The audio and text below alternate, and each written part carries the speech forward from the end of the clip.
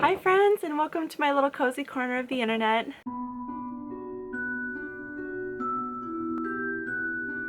If you haven't been here before, my name is Harmony and I mostly just talk about books. Today is a very exciting day because I am officially starting A Court of Mist and Fury by Sarah J Maas, and I am just freaking out so hard. I'm freaking out. The entire time I've been reading this so far, I'm only on chapter 2, I've been like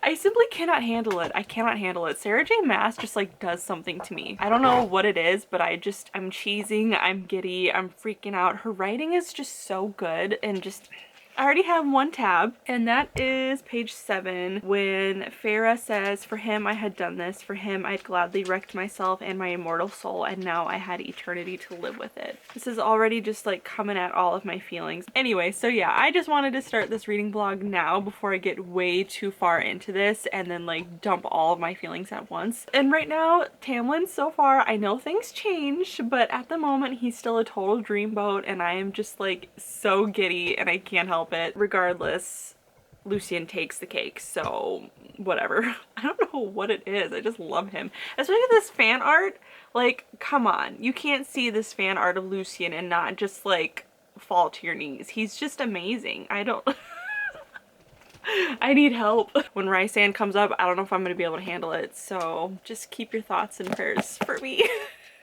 I am unwell. Just finished chapter 2 and I'm already like chapter 2 was very just like just even the last part of it, this when Tamlin says, "I don't want to hear another male's name on your lips right now," like I'm simply here just to give you that one update. I cannot. I am not the girl who's into this kind of stuff. I actually hate smut. I don't even like watching movies that have like sex scenes or anything like that. Like it's not my thing. But because they built such a beautiful romantic relationship in the first book, now it like has me all kinds of giddy about it. Like it's not grossing me out. If anything, I'm just like the whole time I'm reading this, I'm like Hi guys! Okay, so it's been a few days and I haven't read because I am buddy reading this with Meg over at Meg's Book Stack. I'll tag her down below. And I started without her because she kind of like went MIA for a couple days to spend time with family. So I just ended up starting it. Of course, family is far more important, so I'm glad that she did that and everything. But I wanted to just give her a couple days without reading so that she can catch up because I made it to 156 in a day and a half. I hope you guys are doing well. I'm really not doing well at all, actually, mentally. I've been struggling really bad. Like the last 2 days, I think, have been like some of the hardest mental days that I've had in a really long time. I've cried so many times today, and I'm gonna cry in this video for sure. Before I close this video out in a few days, I want to have like a serious talk about mental health and how, for me specifically, fantasy can affect my mental health. I love fantasy very much, but I think I love it to a fault, or at least certain kinds of fantasy. Lord of the Rings and Narnia and stuff like that I can eat up and not have any problems, but fantasy like this tends to really eat me up and I get like really depressed. I don't know. I know for a fact that I'm not the only one because I've actually had a few conversations with friends regarding that topic. So it's something that I want to talk about towards the end of this video. So please stick around for that. I don't think it's really talked about much in the bookish community, really any communities for that matter that I know of. So it's something that I just really want to talk about. And even if you think it's ridiculous, I just really hope that you just listen to me cry about it. But anyway, so I wanted to give just an update on where I am. I'm on chapter 16. Farah is about to meet the inner circle. She's in the night court with Rysand, or Rysand, however you say it. By the way, I learned that that's like a debate. But there's just a few parts that I wanted to like go back to that really got my heart like all smushy. I am still dying on the hill of Lucien being the best character. I think he might be my favorite fictional character of all time, if we're honest. I love the way that this book is written in the sense of like we can completely understand both sides of Tamlin and Farah. For example, Tamlin is like restricting her from leaving the property and going out hunting and doing all this stuff because he is so incredibly concerned for her safety, which is completely understandable. I mean, he literally watched her die and not being able to do anything about it. So like his side of this is completely understandable, and he even went to the point of allowing her a bit of freedom because she talked to him about it and how it's making her feel. But then we also completely understand Farah's side of it, where it's like, I'm not a prisoner, you know, I should have the freedom to roam my own land. Now, of course, I completely disagree with Tamlin's decision not to update her on anything, not allow her into meetings, not allow her to know what's happening, where he's going, what he's dealing with. You can only go so far before it becomes control. I just love the way that this is written in the sense that we see both sides of that. So in regards to Lucian, he was talking to Farah about it, and he opens up about his past. I was forced to watch as my father butchered the female I loved, and my brothers forced me to watch. There was no magic spell, hello, no miracle to bring her back. There were no gathered High Lords to resurrect her. I watched and she died, and I will never forget that moment when I heard her heart stop beating. Tamlin got what I didn't. We all heard your neck break, but you got to come back, and I doubt he will ever forget that sound either. Oh, my heart just breaks for him. That stuck out to me so much, and my heart for Lucian just grows and grows and grows and grows, and I just love him so much. I can't imagine, you know. One other quote that I absolutely loved, but she's talking about reading and how Rysand is teaching her how to read, which, by the way, I love so much that he's doing that. It makes me angry that Tamlin didn't, but I digress. So she's learning to read, and it says, it had filled my time, given me quiet, steadfast company with those characters who did not exist and never would, but somehow made me feel less alone. And I think a lot of us relate to that. It's like Sarah J Maas is like speaking to my soul sometimes, and I kind of hate it. I think that just speaks volumes to so many of us reader people, and I'm so grateful that it was put into words. Can we just talk about, first of all, how Rysand's character development is just like incredible. He went from calling Farah mortal trash in the first book to now caring so much for her and protecting her. We love to see it. Okay, so this is my absolute favorite part in this entire series so far. Last book, this book, probably a lot of the future books. This just makes me cry every time I think about it. It's when they're in the city for the first time and they're walking around. Oh my gosh, I think I'm gonna cry when I read this because this is just so good and emotional. Farah is thinking to herself, maybe it'd be a mercy to be ended. Oh my gosh, I can't even read it because I have too many tears in my eyes. I hate that books do this to me. It says, a broad hand gripped my face, gently enough so not to hurt, but hard enough to make me look at him. I need to like give myself a minute. Don't you ever think that, Rysand hissed, his eyes livid, not for one damned moment. This is the vulnerability that nobody asked for. What am I doing? I read this part to a friend of mine and she was like, okay. So I know that this isn't gonna like get to everybody like it does to me. Oh my gosh, I am like bawling right now. Oh, this is so embarrassing.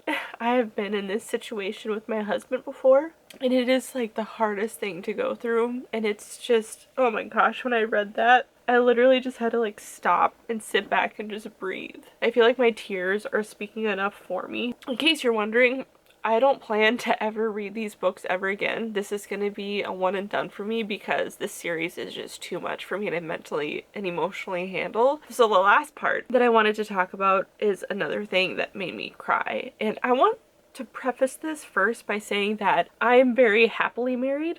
I love my husband with all my heart. And I have talked to him about this before, so it's not like I'm like bashing anything to the internet without my husband knowing. And this isn't even a bash, but I feel like some people can take it that way. It's when Farah and Rysand are talking before they go in to meet the inner circle. But he says, I want to know what you're thinking. And she says, I'm thinking that I must have been a fool in love to allow myself to be shown so little of the spring court. I'm thinking there's a great deal of that territory I was never allowed to see or hear about, and maybe I would have lived in ignorance forever like some pet. I'm thinking that I was a lonely, hopeless person, and I might have fallen in love with the first thing that showed me a hint of kindness and safety. I just found that very personal and relatable because my husband was my first boyfriend. I had never dated, I've never gone on a date ever before we got together. I'd be lying if I didn't have thoughts like, I wonder how my life could have turned out had I like dated others or didn't date him or whatever. It sounds really awful, and it kind of really is, but at the same time, I have talked to my husband about this and he was like, I get it, you know, I understand why you would think those thoughts because you never had any experience in that arena. Of course, I don't regret getting married. I love my husband. He's an amazing person. Like, I honestly could not have married anybody any better than my husband. I think that really plays into why I feel so guilty about like that quote hitting me, and I hate that part of me kind of relates to that. But like I said, he's just so amazing and he completely understands why I've related to things like that before. But I know that I was incredibly blessed to be married to him and find him right away, to be happily married to the first man that I ever dated. Anyway, this went in a direction I did not expect it to go, and I'm sorry if you're watching this and you're like, what the heck, I'm here for bookish content. So those are just some of the things that have been on my mind about this book. I'm loving it so much, but like I said, I think I'm loving it to a fault. I really do want to read the rest of the series, but I'm so incredibly nervous too because of how this is making me feel already. I'm curious to know if you guys have related to any of that and how you feel about it. Again, I'm sorry if I sound crazy crying about this fantasy book, but I know I'm not alone. I don't want to start making it sound like I regret my life, because I don't. I don't think it's wrong to wonder what could have been at moments, as long as you don't let that consume you, and I don't want to get to that point either. Yeah, that is the very emotional update for now, and I'm sure it'll get worse later, so I will see you guys in just a little bit. Okay, so I am currently on chapter 25. I apologize for how incredibly emotional I was the other day when I was talking to you guys. I was just having an awful day, but I mean what I was talking about in regards to like fantasy and my emotions, and I literally have been praying about it because it's like really getting to me. But I'm just such a crier in this book. Like literally, Pharaoh wanted to die, cried. Every time Rhysand says it's your choice if you want to do this or not, cry. When they were going to the prison and like they like got there and she just said please and he brought her back immediately, cried. Asriel's story, cried. Woke her from the nightmares, cried. Held her hair back while she puked, cried. Talking to the bone carver about her hurts and what she went through, cried. Rhysand looking at her while she's talking about it, cried. Rhysand talking about how if he was one of the last ones to survive and like Cassian and Asriel and more were all dead, that he would want to be ended too, cried. Literally everything about this book is emotionally destroying me. I can already tell you right now, hands down, that this is the best book I have ever read. Sarah J. Maas's writing style is insane. She's so incredibly talented and I am just like blown away. Okay, so the part that I highlighted earlier when I was like freaking out was about Cassian talking to Nesta, and when Nesta was like, what are you looking at? And he was like, someone who let her youngest sister risk her life every day and actually died for me and my people, and like just went off. I was like, especially since like, you know, things escalate later on. I'm not gonna say nothing, but you know what I mean. But I also really wanted to note this part when she's talking about Tamlin, when she's talking to Nesta and everybody, but she says that Tamlin let her come back to the spring court a while ago to like visit them that one time, and she said to save me, protect me, and I think what happened to him, to us under the mountain, broke him. Perhaps more than it had broken me. The drive to protect at all costs, even my own well-being. I think he wanted to stifle it, but he couldn't. He couldn't let go of it. I feel like that just broke him so much. And I know that he's obviously sucky. Oh, you're emotionally damaged. Want some paint? Oh, you almost died because you didn't know how to read. Want some paint? Like, help her, question mark? Having like all of her nightmares and everything, and you're just chilling in bed pretending not to hear, is what I'm assuming. Ugh, I love when Moore said don't let the hard days win. I cried. I was a survivor and I was strong. Cried. Oh my gosh. Okay, the part that like set me on fire on the inside, of course I'm sure everybody felt like this, when Rhysand and Farah were in the room and he's on his knees. Rhys looked up, hands braced on my thighs, bow. He'd once ordered Tamlin, and now here he was on his knees before me. And when he said, you are my salvation, Farah. And he's trying to like get her all pumped up, and he says, did you enjoy the sight of me kneeling before you? And I know it's just gonna get like worse and worse for me because of course chapter 55 is coming up. Anyway, that is my update. I am melting. I am absolutely melting. Melting so hard I can't even explain it. I'm really sorry, but usually I go for the whole like, oh, you know, I have a soft spot for him. He was just so kind at the beginning. But there are so many red flags. Number one, he did all. Sorry, excuse my French. That's not very good of me, but He did nothing when she was getting absolutely eviscerated, okay? Who came to her rescue? Rysand. Lucian came like once or twice, but Rysand was a constant, wasn't he? And his bargain was not self-serving at all. He's done it so that she can read and write and, you know, protect herself as she should, and he wants to make her into the best version of herself. That's what we go for. We go for men that see us, see our potential, and then push us. That is what Rysand's doing. Tamlin is just protecting her, covering her in bubble wrap, and whilst your partner should do that, what should they be doing? Yes, they should be forcing you to go out there to war. Clearly, that's what you do. Oh, you know what? You're illiterate, so you know what I'm going to give you? Paint. That will help you heal, and it will stop you from being killed next time. Paint. Starfall. Starfall, you guys. I can't. I can't. Oh, smile again, he whispered. You're exquisite. Are you kidding me? And wanting to take back the kiss from under the mountain. Oh, do you want to dance with me? Oh my gosh, I cannot. I can't. Okay, so it has been a couple days and I'm at chapter 48 when they're at the end. Like literally every few sentences, it's like I'm highlighting and underlining and I'm just like, I don't even want to record myself reading this because I just keep going like this. Just back to like other things that I've highlighted in previous chapters when she's talking about how when she finally admits that she like wants him. And I love that she says, not the High Lord, not the most powerful male in Prythian's history, just him. I did not mind stepping out of the shadows, did not mind even being in the shadows to begin with, so long as he was with me, my friend through so many dangers who had fought for me when no one else would, even myself. I could cry right now. I love it when you look at me like that. And she said like what? And he says like my power isn't something to run from, like you see me. I love that she really talked about how maybe Rhysand feels like nobody truly loves him or wants him, and that's why he is the way that he is. I am so glad that she talked about that because I feel like that's so overlooked with a lot of like the morally gray characters. Like maybe they really do feel so unworthy of love and so unloved, and they really do crave that love, but they don't say it because they are the morally gray character. Comparing Cassian and Azriel to Lucian really hurt my heart. I love Lucian so much and I feel so bad for him that he's really caught in that web of being loyal to Tamlin but also wanting to do what's right. I still love him so much, but she's so right when she's saying that like if had the roles been reversed, Cassian and Azriel would have set Farah free from Rhysand if he was treating her the way Tamlin was and would have dealt with it later, but Lucian couldn't because he was too afraid, and you know, he's not powerful like they are, and for other reasons of course too, he made a mistake, but like, oh, that's just so sad. I found myself deciding that if you took his hand I would find a way to live with it. It would be your choice. And she said, and if he grabbed me, then I would have torn apart the world to get you back. I'm thinking that I look at you and feel like I'm dying, like I can't breathe. I'm thinking that I want you so badly I can't concentrate half the time I'm around you, and this room is too small for me to properly bed you, especially with the wings. Anyway, so yeah, that is my current update. I'm on page 471. Oh my gosh, you guys. I finished that chapter. Okay, so I had already spoiled for myself, like a long time ago, that Rhysand and Farah were mates, okay? Like, I spoiled it, so it's fine. But I freaking knew it at the end of the first book when I was like, oh, I wonder what that was about, when they were talking on the balcony under the mountain, and then like he like went to go winnow away and he like I don't know what that was.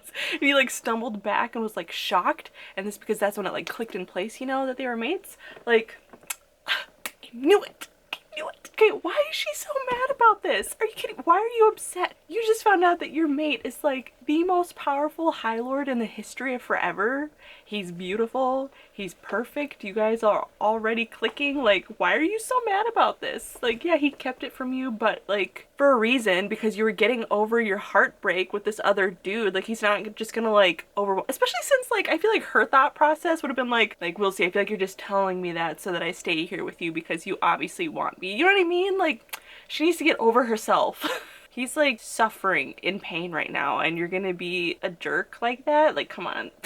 I'm obsessed. I cannot. Oh, I cannot.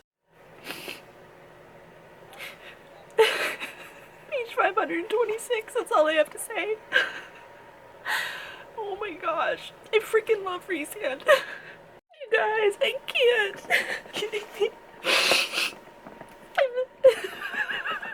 I'm at the beginning of chapter 55, but she sits in his lap and tells him that she loves him, and he just grabs her, and he's crying. Oh my gosh, I can't. I'm just gonna keep bawling as I read more, because I know that it gets into like more spicy stuff now, but at the moment I'm just savoring every second of how freaking romantic this is and how much they love each other. Farrah, Cursebreaker, the defender of the rainbow. Oh my gosh, I've been crying for like 20 minutes. Just like how much they love each other is like so out of this freaking world. Like, obviously because it's not real, but like I felt you die, and this beautiful, wonderful thing that had come into my life, this gift from the culture, and it was gone. Like, that part just had me freaking sobbing. And then when he was kneeling and it said knelt on those stars and mountains inked on his knees, he would bow for no one and nothing but his mate, his equal. I freaking hate how beautiful this story is. Like, and the fact that everything, okay, hang on, I need to like pull myself together for a second. I have always considered like writing a fantasy book myself, but now that I've read this, I'm like, no way, I could never do something like this. Like, this is a piece of art. Anything I could ever come up with would like suffer in comparison wildly. This is just so beautiful. This is the best book I've ever read, and it's like emotionally destroying me. And then when they were meeting with the queens, oh my gosh, and freaking Cassian talking to Nesta. I can think of no better way to end my existence than to defend those who need it most. I can't wait to read Court of Silver Flames, to read more about them. I know that this is debated a lot among like ACOTAR readers, but I love Nesta. I love her. I feel like if I relate to any character the most, it's definitely Nesta, for sure. Like, obviously, I'm like wildly, incredibly emotional, right? But like, growing up, I had such a huge wall up because I hated feeling everything and feeling like I was the only one who cared as much as I do. But I always had like such small friend groups and like was always so angry all the time and like refused to let anybody in because I knew that I would feel for people in situations way too much more than anybody else would. I just really love Nesta because I relate to her so much. I want to play Nesta in the show that Hulu's making so bad. I will say, just like, I've been having so many good conversations with people on Instagram about romantasy and how it can be so hard to read sometimes because, I'm gonna cry again, gosh dang it, because they're not real. And we want them to be so badly. I mean, there were plenty of times when like reading the parts about Farrah and Rhysand and it's like, gosh, I wish that was real. I wish that was happening for me. But it's not real. And it could never be real, at least not in this world, you know? I mean, for all we know, maybe, you know, we'll get to heaven and it's kind of like Valeris, you know? That kind of stuff just doesn't happen. It's not real. It can't happen. And like, I have to tell myself that all the time or else I get way too into it and I just get way too consumed with it and then get depressed in real life because it's not real. So if you feel like that, I just want you to know that you're not alone. Hello, beautiful friends. I hope you're all doing well. So I finished this beauty last night and I don't even really know what to say other than the fact that it's like the most beautiful book I've ever read in my life. I have never tabbed a book so much. I was trying to use pink for every time that there was something like cute that made me like I ran out of pink tabs. So I literally went to my bookshelf and took down books that I've tabbed previously and took out all the pink ones and put in like yellow ones so I could use the pink ones for this one. First of all, Sarah J Maas is an absolute genius. The way that she tied together the first book and this one, specifically chapter 54 when Rhysand is like pouring out his heart, how he had literally been there watching Farrah and dreaming of her the entire time. Like, it just blew my mind. Oh my goodness. I've been looking for you. Literally. And I'm sorry if I repeat things that I've already said. I've been filming this vlog for so long because, like I had said, I kind of stopped reading this book for a week because I'm buddy reading and I didn't want to like leave Megan in the dust. I just love her. She's such a sweetie. First of all, Tamlin. Let's talk about Tamlin. So obviously in the first book, he was like a total dreamboat, right? And I just feel so badly for him because he's just a very toxic individual and I just feel so bad for him that he is that way because I feel like he has the potential to be so good I mean, we saw good parts of him in the first book, you know, and it's just kind of sad that he just like... There's a YouTube channel that I watch all the time and it's called Cinema Therapy, and it is a therapist who watches movies with his friend who is a professional movie maker, and he just gives like overall thoughts about specific characters. And they were talking about Titanic, they were watching it, and one of the things that he had said about like the toxic love interest that Rose ends up not being with, but the guy in that movie is like super possessive of Rose, and one of the things that the therapist says in this video, he says staying means nothing if you don't have the freedom to leave. And I just thought that was amazing. I need to start therapy. But he is just so great, and I just love that quote so much, and it immediately made me think of Tamlin. You might love her, but if you don't love her enough to give her that kind of freedom, then do you really love her? You know what I mean? Sucks, because I was swooning so hard over him in the first book, and now every time I see his name I'm like Rhysand. Where do I even begin? Oh, he's such a beautiful character and I love him so much. I don't even really think I have anything negative to say about him. I really don't. He's just like perfect. Farah is okay. I do think that she makes a lot of dumb choices, but at the same time, like, I can't even really blame her. Like, she's been through more trauma than any human could ever possibly go through, it seems like, so can I really even judge her for that? I will say that the one thing that bothers me about this overall series is the fact that Farah just does everything perfectly the first time. Part of what I wanted to talk about, like mental health and stuff like that, is I think we oftentimes compare ourselves to fictional characters, or at least I do, especially in like fantasy books, and I'm like, I could never do that. Like, I must really suck. I feel like main characters, specifically for me, I guess specifically females, is like they should like mess up and have more trial and error, and it seems like with Farah there's no trial and error. She just kind of like gets stuff done right away, like perfectly the first time, catching the cereal, whatever it's called, killing the adder in that battle, her powers just always coming to her exactly when she needs them, just everything. That's the only thing that kind of bothers me about it. I mean, it might also be because I'm like totally jealous of her life, but like so the steamy scenes, honestly, like, they weren't what I expected them to be. I'm really happy about it. I like the way that they were, because they were like, but they weren't like raunchy, they weren't gross. I was at Barnes & Noble the other day browsing, and there was one book that I picked up. I've heard that it's kind of steamy, and I was like, oh, like, let me see what exactly it's about. I skimmed through and I saw one of the pages that had one of those scenes on it, and I was like, ugh, gross. I was nervous about ACOTAR having like the raunchy, gross steaminess, but it's not. It's like regular romance steamy. I don't mind it so much, but it's not like my first go-to, I guess. But I just really appreciate that every time that that has happened in ACOTAR, there's always been a buildup of a romantic relationship first. I love that this was such a slow burn between Rhysand and Farah. I mean, there were 50 chapters before they like confessed their feelings for each other and got together and kissed, you know what I mean? And I love that. Like, part of it was kind of frustrating, but like a good kind of frustrating. Starfall, can we talk about Starfall? Oh, I highlighted the part where it said like heavenly war paint. That's what it looked like, because I thought that was such a beautiful description. So it says, his fingers tightened on mine and I looked up. He was smiling at me and looked so un-High Lord-like with the glowing dust on the side of his face that I grinned back. I hadn't even realized what I'd done until his own smile faded and his mouth slightly parted. Smile again, he whispered. Chapter 54 is just the greatest chapter I've ever read in my entire life. There was just so much beauty, so much connection, so much emotion. But the part that I really like marked up was when he was talking about when Amarantha killed Farah. When she started torturing you, something snapped in a way I couldn't explain. Only that seeing you bleeding and screaming undid me, and it broke me at last. Tears rolled down his face, and I felt you die, he whispered.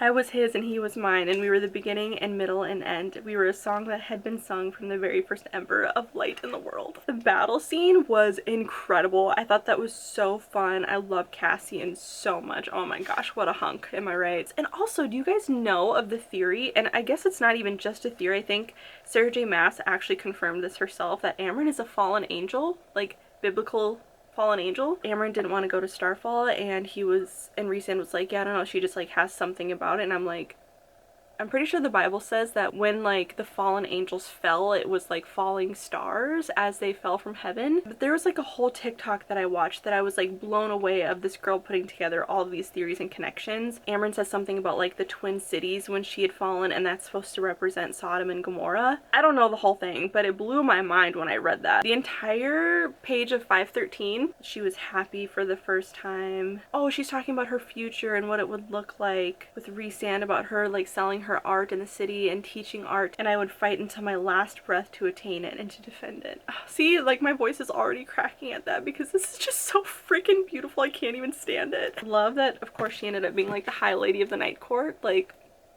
the only other part of the book that I wanted to mention actually really quickly was, I remember in my last video about ACOTAR, I had mentioned that it bothered me so much that the moment that Tamlin and Feyre were able to be alone together under the mountain, like before her last trial, and I was so mad because I'm like, this is the only time you get to be alone together and you're just gonna immediately start being intimate instead of like you working on getting Feyre out of here or like how to beat the third trial. Like that's really what you're doing right now. And I love that Rhysand called it out. Yes, I think it was in chapter 54 when he was talking about how incredibly jealous he was of Tamlin for having Feyre and how mad he was that the moment that you guys got to be alone together, he just wanted you for himself instead of trying to figure out how to get you out. And I was like, that's what I was saying. I feel like I had so much to say about this book, but now that I'm like sitting down thinking about it all over again, now all I want to do is just cry and talk about how much I loved it. But basically, like, the thing that I had mentioned before about, like, let's talk about romantasy and mental health. I had mentioned that I've had many conversations on Instagram about this with people, which I'm so grateful for, so I know I'm not the only one. So I'm not going to go over everything that I've already said because I don't want to sound like a broken record. But at the same time, I do want to mention that if you struggle with romantasy and fantasy or romance in general, like individually, I just want you to know that you're not alone. It's okay to have feelings about these things, and it's okay to put a book down and go live your life for a little bit and understand that you have so much to be grateful for. I myself struggle with it so badly, specifically romantasy. It can be really hard, especially as somebody who is married, and it becomes so incredibly easy to compare your spouse to fictional characters. I am a person that constantly has to remind myself, specifically in this book, I'm like, this isn't real. This is not real. I don't know if it's something a lot of people struggle with or if there's just a very few of us who are like really emotional, but it's definitely a real thing that people struggle with for sure. Like, I can't even tell you guys, I got so many messages on Instagram after I had posted my first ACOTAR video, which dragged on forever, by the way, I'm so sorry, that a lot of people actually struggle with that same thing, and they were like, thank you so much for talking about that because I struggle with it so badly and I feel like I'm alone in that. Like I had said in that video as well, I think a lot of people in the bookish community and in like the quote-unquote nerd community, like the cosplay community, like everything like that, so many of us struggle with depression, and I think this is a huge reason why, because we want to live in these worlds so badly that we forget how good our life actually is. And I just want you to know that you have so many things to live for. You have people who love and care about you. I'm one of them. I don't care where you come from, what you look like, what your beliefs are, what your political views are, what your past will look like, nothing. I don't care. I just want you to know that you are loved. I love you. You matter. And it's okay to feel this way. You're not struggling by yourself. You're not alone. And it's okay to like dabble in these kinds of things. Like, I love going to the Ren Fest and pretending that I'm in that world, but at the same time we need to keep a foot in reality to make sure that we are loving people in our real lives as well. My camera overheated and shut off, so I'm not sure where that left off. But basically, I just wanted to speak up for a lot of us who struggle mentally when it comes to romantasy. And one of the friends that I was talking to, basically she was saying how so many of us who grew up in maybe broken homes, myself included, I have a wild backstory and childhood. It wasn't pretty. A lot of us who grew up like that really had escapism in fantasy because we wanted something more and something better. And as we get older, the line is really blurred between it because we're so scared that life is gonna like screw us over again that we kind of keep one foot in the fantasy world so that we have a safe place to run back to. And it does make me emotional thinking about it because I feel like so many people feel like that, and I just feel so bad that so many people struggle with that and they might feel like they're alone or they don't know what else else to do. So really, I just wanted to talk about this because I want to open up the conversation about it. I'm not saying that if you feel like this, then you need to go to therapy and get help because it's not normal. Like, that's not what I'm saying at all. I just want to open up the conversation because I've never heard this talked about. So I just really want to open up the conversation to people. One of the other things that another one of my friends had talked about as I was talking to her, she read the ACOTAR series and she was like, honestly, this series became my life for a while, and I actually literally mourned who I could have been. And that just is, it's so heartbreaking because these stories are so beautiful. They're so beautiful. They're so well written. These characters are incredible, but it can be so hard when you're so consumed by it, and then you almost start to hate yourself because you're not that main character. I'm so grateful for every single one of you who have messaged me about this because you're making me feel less alone, because a lot of my like friends that I would talk to about this, I think a lot of them would be like, grow up. Like, you know what I mean? I grew up being told that all the time because I'm so emotional, and it's just how I process things. I'm a very emotional person, and I would get told all the time to get out of your feelings and grow up, like all the time. And now that I'm an adult, I want to be able to cherish my feelings and know that they're not always a bad thing. I mean, if you want to like go to therapy for this, I totally support that. I think therapy is a wonderful, amazing thing. I need to start going to therapy, if we're honest. I mostly want to encourage you that you have an amazing life to be lived, even if it doesn't feel like it. I think that you have the opportunity to make a difference in anybody's life and to be a light in a dark world. And overall, I just want people to know that they're not alone in feeling like this. And it's okay, like I said, it's okay to put these books down and to read something else. After I read ACOTAR, I had to read like 2 thrillers after that to like get back to reality, you know? And I think this one, it's weird because like I feel like that one hit me harder, and I think it's probably because it was my first romantasy. But obviously this book was way, way better. So stinking good. Best book I've ever read. And it's hit me, definitely, but it hasn't hit me quite as hard, which I'm thankful about. So I'm hoping that I'll be able to read the rest of the series and not feel like I was hit by an emotional bus, but we shall see. Anyway, overall, fantastic book. Focus on your mental health. It's okay if you're feeling emotional about these things like I have been and like my friends have been. Last thing is that my husband is amazing and I love him so much, and he has been here for me as I've actually literally cried to him about how I felt about this book. Literally like cried to him about how amazing like all the characters are in here, and how it can even make me feel bad about myself because I've put myself in Farrah's shoes and I'm like, could I have done that? Like, could I have thought that quick? Could I have, you know what I mean? And the fact that it's also like perfect dialogue too, like I have to remind myself like, okay, Sarah J Maas like took out hours for this one chapter, maybe even more than that, to get this written perfectly. It's okay if my dialogue is not perfect. This isn't real. So anyway, I feel like I'm blubbering and I'm saying the same things over and over again, and I feel like I might have like stepped on some toes. I do think it's important that as married people, we make sure that we have boundaries and that we are not thinking about a fictional character more than we're thinking about the person next to us. So I just wanted to throw that out there. Please guard your marriages, guard your boyfriend, guard whatever, guard your significant other, because they deserve your love and affection more than these fictional books do. I've been talking for a hot minute. My camera's overheating again, so I think I should probably just close this one on out. Thank you guys so much for being here. I love this book. Pick it up if you think you can handle it. And yeah, love you so much. I'll see you guys in my next video. Bye!